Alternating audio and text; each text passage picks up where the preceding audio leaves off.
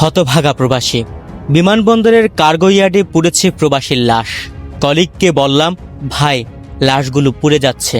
Colleague বলল, দূর মিয়া, লাশ নিয়ে পইরা আছেন, জীবিত মানুষ বাঁচতেছে না।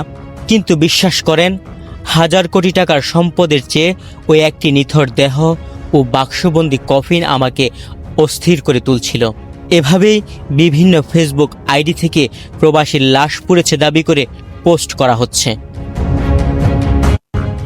ঢাকার হযরত শাহজালাল আন্তর্জাতিক বিমানবন্দরের কার্গো গেটে ভয়াবহ আগুনে অনেক প্রবাসীর লাশ পুড়েছে এমন অহরহ পোস্ট সামাজিক যোগাযোগ মাধ্যমে বিভিন্ন আইডি, পেজ ও গ্রুপ থেকে পোস্ট করা হচ্ছে।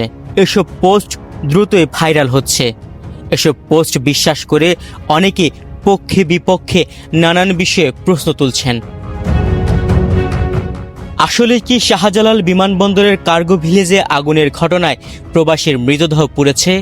সেই তথ্য খুঁজতে আমরা যাই কার্গো ভিলেজের পাশে 8 নম্বর গেট সংলগ্ন প্রবাসীর মরদেহ হস্তান্তর অফিসে। অফিস থেকে জানানো হয়েছে একজন প্রবাসীর লাশও পড়েনি। ফেসবুকে বিভিন্ন আইডি ও গ্রুপ পেজ থেকে গুজব ছড়ানো হচ্ছে।